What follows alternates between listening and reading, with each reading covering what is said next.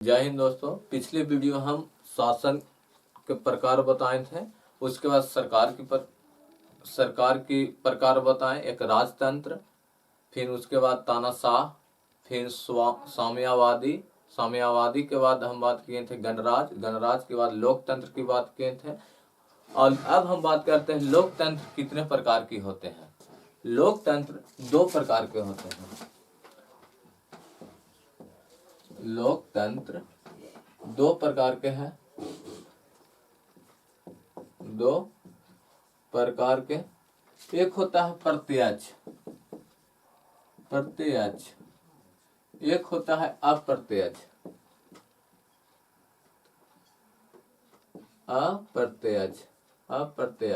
इसमें क्या होता है, लोकतंत्र में जनता ही नियम कानून बनाता है उस देश को चलाने के लिए। क्या नियम कानून बनाता है? कौन? जनता ही नियम कानून बनाता है। यह जो पॉसिबल है कम जनसंख्या वाले जगह पर पॉसिबल रहता है। जैसे स्विट्जरलैंड का वहां जनता ही अपने लिए कानून बनाती है और क्रियान्वयन करती है। और भारत में देखा जाए पंचायती लेवल पर नजर आता है, पंचायती लेवल पर यह नजर आता है। उसी पंचायत में यह नियम कानून चलता है। और जैसे स्विट्जरलैंड में है, स्विट्जरलैंड का राष्ट्रपति का कार्यकाल 1 साल का ही होता है। स्विट्जरलैंड का राष्ट्रपति का कार्यकाल कितना साल का होता है? 1 साल का ही होता है। अब अप्रत्यक्ष में बताते हैं। अप्रत्यक्ष में क्या होता है कि इसमें जो नियम कानून जो बनाते हैं, यह 10 लाख की जनसंख्या पर एक संसद की चुनाव हो जाता है। जैसे भारत में जो नियम है कि 10 लाख की जनसंख्या में 10 लाख की जनसंख्या पर एक संसद को भारत में प्रतिनिधित्व करने को मिलता है, वही नियम कानून बनाते हैं। लेकिन अप्रत्यक्ष में भी जो लोकतंत्र में है, इन्हें भी 2 प्रकार में बांटा गया है। अप्रत्यक्ष लोकतंत्र को भी 2 प्रकार में बांटा गया है। एक होता है अध्यक्षात्मक और दूसरा में होता है संसदीय संसदीय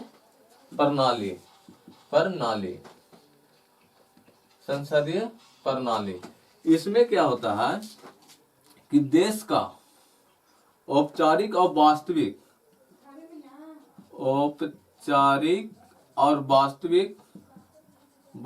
प्रधान कौन रहता है? एक ही रहता है। जैसे अमेरिका का राष्ट्रपति। लेकिन संसदीय में क्या होता है कि इसका जो औपचारिक जो होता है वह राष्ट्रपति होते हैं। औपचारिक कौन होते हैं? वह राष्ट्रपति होते हैं, लेकिन वास्तविक कौन रहते हैं? प्रधानमंत्री होते हैं, प्रधानमंत्री। अध्यक्षात्मक में क्या होता है कि इसमें विधायिका को और कार्यपालिका को अलग नहीं किया जाता है। कार्यपालिका को अलग नहीं किया जाता है। लेकिन संसदीय प्रणाली में क्या होता है, इसमें विधायिका और कार्यपालिका को अलग कर दिया जाता है।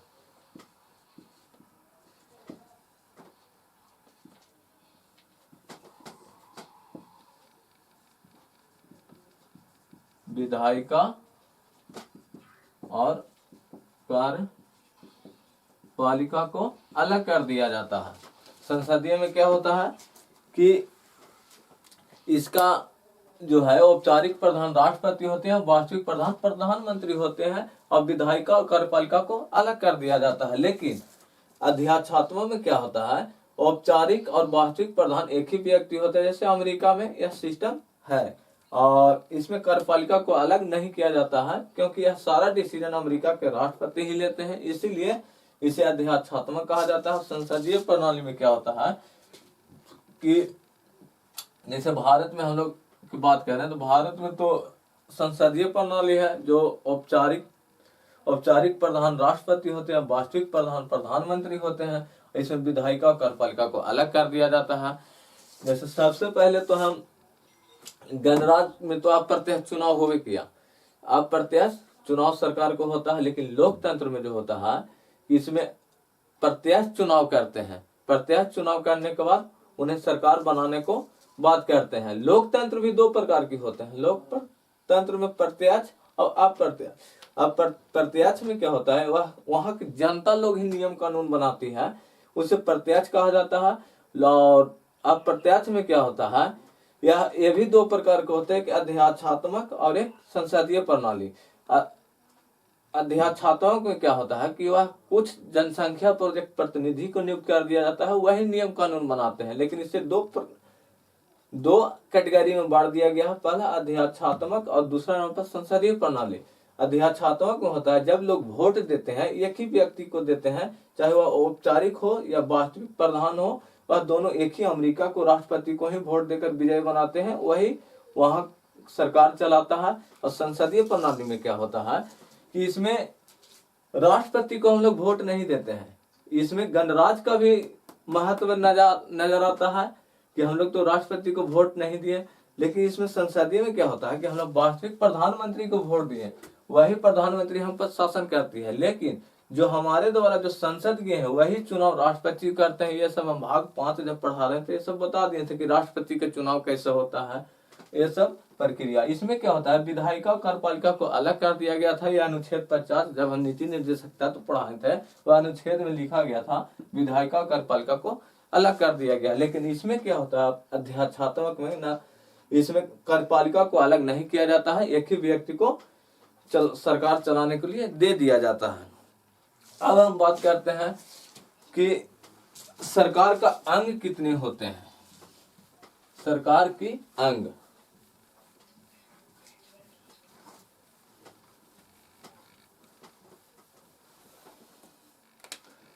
सरकार की अंग की बात करते हैं।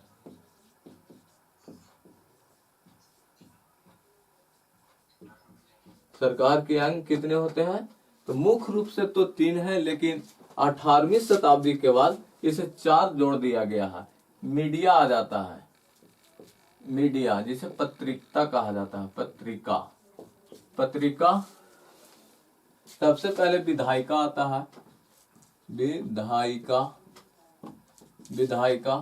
फिर आता है कार्यपालिका,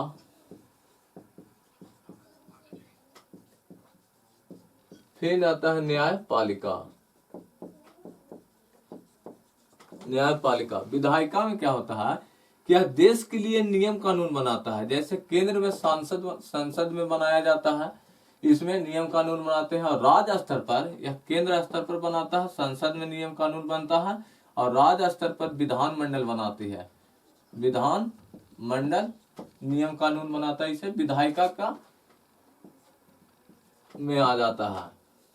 और जो नियम कानून बन गया है, उस नियम कानून को मनवाने के लिए, क्रियान्वयन कराने के लिए कार्यपालिका का गठन किया गया था। इसलिए कार्यपालिका को गठित किया गया। जब हम जो नियम कानून बनाए, इसे लागू करने का कर्तव्य किसका होता है, लागू कराने का यह कार्यपालिका का होता है। कार्यपालिका में कौन कौन आते हैं, राष्ट्रपति केंद्र में,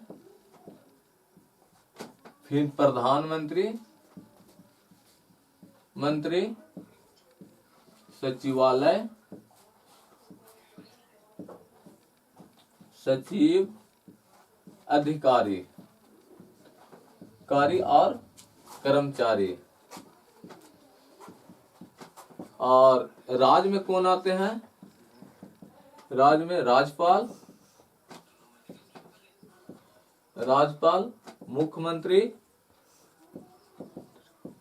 मुख्यमंत्री, सचिवालय, सचिव, अधिकारी और कर्मचारी। यह कार्यपालिका में आते हैं कौन कौन, राष्ट्रपति। और कार्यपालिका और विधायिका दोनों एक ही अंग से बने हैं।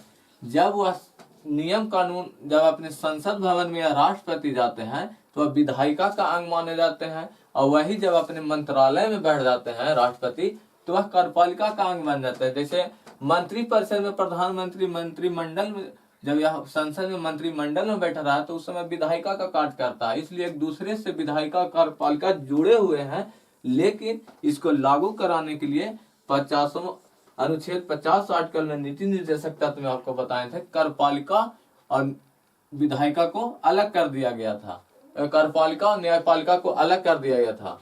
कार्यपालिका और न्यायपालिका को अलग कर दिया गया था। हम बता दें विधायिका और कार्यपालिका को अलग कर दिया था, नहीं, किसे कार्यपालिका और न्यायपालिका को अलग कर दिया गया था।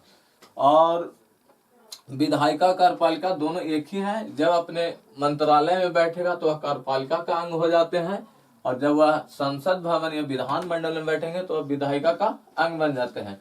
और न्यायपालिका की बात करते हैं, जब यह विधायिका अपना नियम कानून बना लिया और इसका क्रियान्वयन जब यह करवाते थे, और जो इस नियम को तोड़ता था उसको दंडित करने के लिए न्यायपालिका का गठित किया गया था। न्यायपालिका में आता है सुप्रीम कोर्ट, हाई कोर्ट और डिस्ट्रिक्ट कोर्ट। इसको दंड का प्रावधान कौन देगा? तो न्यायपालिका देती है। यह स्वतंत्र निकाय है। न्यायपालिका क्या है? स्वतंत्र निकाय है। और फिर बात करते हैं मीडिया। मीडिया 18वीं शताब्दी के बाद आया था। मीडिया का क्या काम है कि अब विधायिका, कार्यपालिका और न्यायपालिका पर नजर रखें। इनका काम क्या है? विधायिका, कार्यपालिका पर नजर रखें। और मीडिया को चौथा स्तंभ सरकार का अंग कहा गया है। चौथा स्तंभ कहा गया है।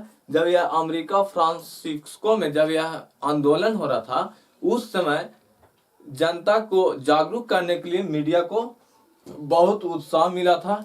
यह भी एक स्वतंत्र निकाय था, लेकिन यह सरकार के आलोचना को दिखाने की बात करता है। आलोचना को, भ्रष्टाचार कहीं पे हो रहा है उसको विशेष पटल स्थल पर ले जाने का पत्रिका का ही काम है। और इनका जो देश की जनता को जागरूकता करने का भी अधिकार है, भ्रष्टाचार को उजागर करने का अधिकार है।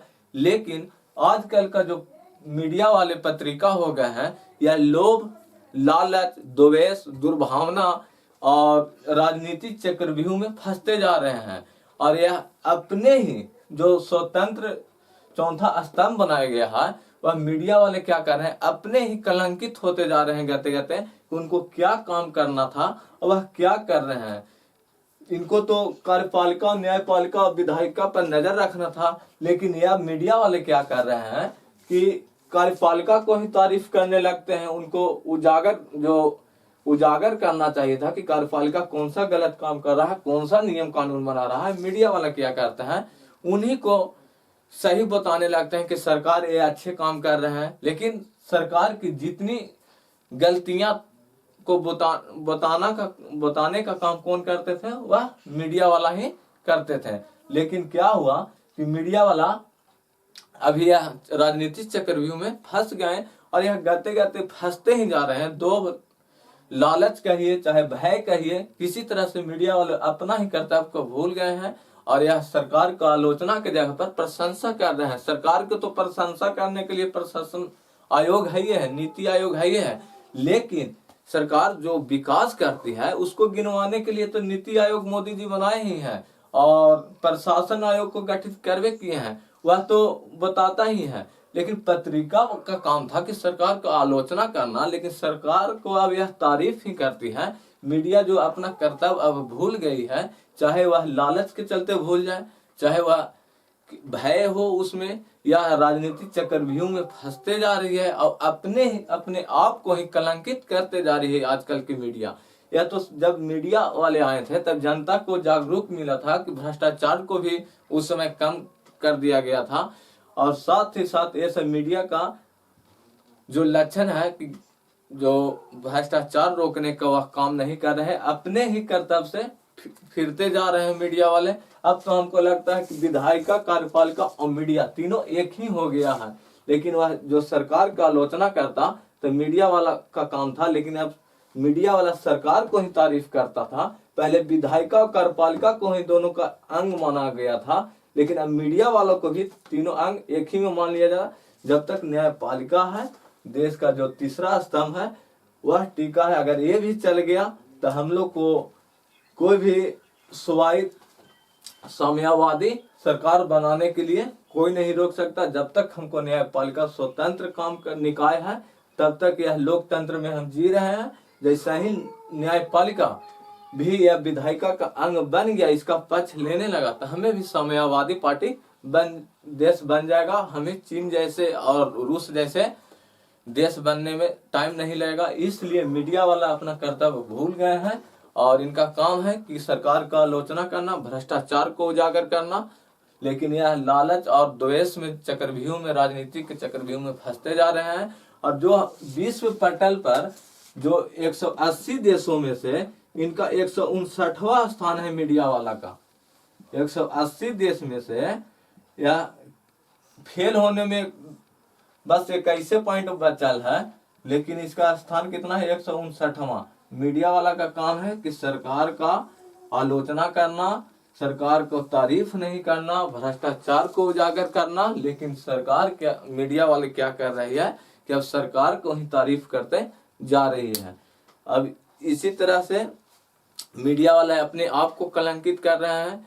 और मीडिया वाला जो काम किए थे फर्स्ट में 18वीं शताब्दी में, उसमें अमेरिका फ्रांसिस्को को भी तुरंत स्वतंत्रता मिल गई थी। लेकिन जनता को जागरूक करने के जगह पर जनता को बेवकूफ बनाते हैं मीडिया वाले।